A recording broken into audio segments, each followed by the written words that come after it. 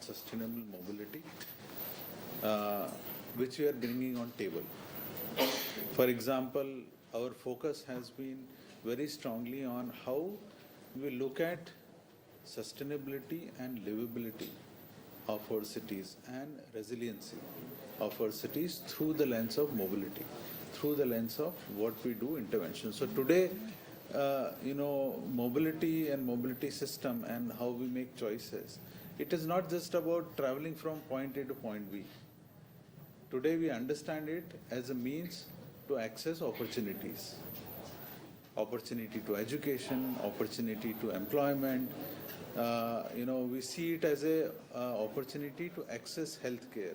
We see it as an opportunity for people to access good quality of life, livelihood. Poor people, rich people, everybody needs an access. So mobility has a larger implication on cities' dynamics, also to make it more livable, because our tailpipe emissions and air quality is attached to it.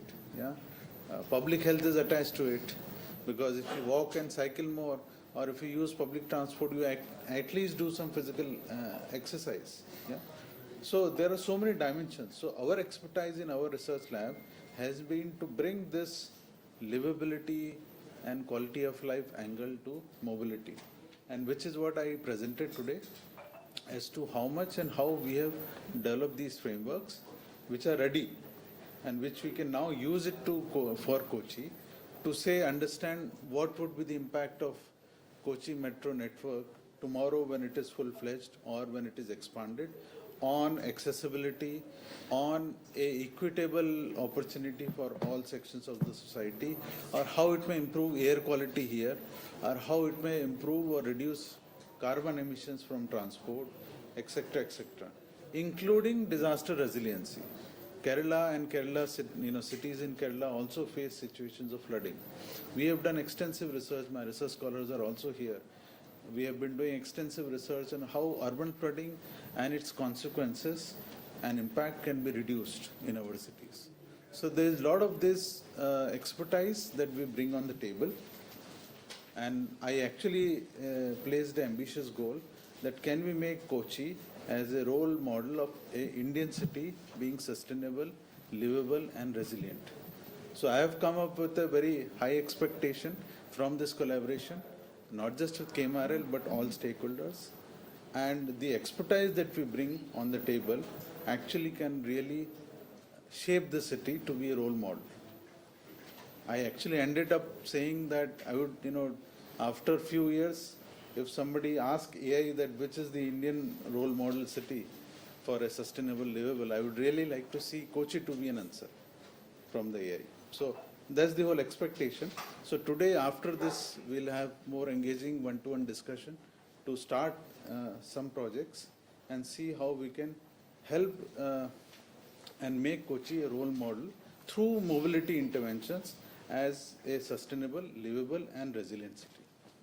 You mentioned about AI. That means you are planning to integrate these new technologies. Yes. Yes. AI So, there are basket of things which basically brings intelligence and intelligent decision support. Okay. For example, use of simulation models. We extensively use simulation models, and technically they are macroscopic models, they are mesoscopic models, they are microscopic simulation models. They are all nothing but AI digital twins that basically simulates any intervention in a virtual environment before you actually implement them. I actually showcase some examples also how we have actually done it for Bangalore and for other Indian cities in past, and how this can be used to provide intelligent decision support. Likewise, a optimal selection of public transport system and their provision, what should be the optimum network, what should be the frequency of running services on these network for public transport, where do you place electric vehicle charging stations, how do we decide that? These are all complex decisions which are influenced by several factors, and there are costs involved in it. All in all, it becomes a complex optimization problem. So we also use intelligent methods to find out optimal solutions. So a lot of these, artificial intelligence that you can say is something that we have been developing and using in the past, and we would really like to bring it more for Kochi's benefit as well. Thank you. How you are planning to integrate the road in Kochi city? Yeah, so everything we look at from a systems approach. So when I'm focusing on, say, public transport expansion, the idea is also to eventually solve the problem of traffic and the commuting. Yeah, people are stuck in traffic congestion. You know, the city where I'm coming from is the second worst congested city in the world ranked here. So these are burning issues.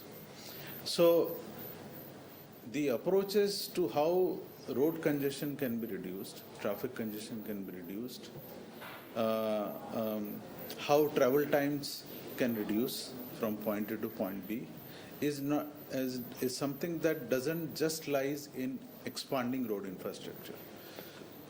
And it's been established over Indian cities' experience and also with our research that more you build road infrastructure and expand it, you'll only add more vehicles and the congestion never goes. It keeps coming back.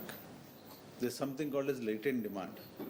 You supply something more and new demand gets generated. Yeah. So our cities have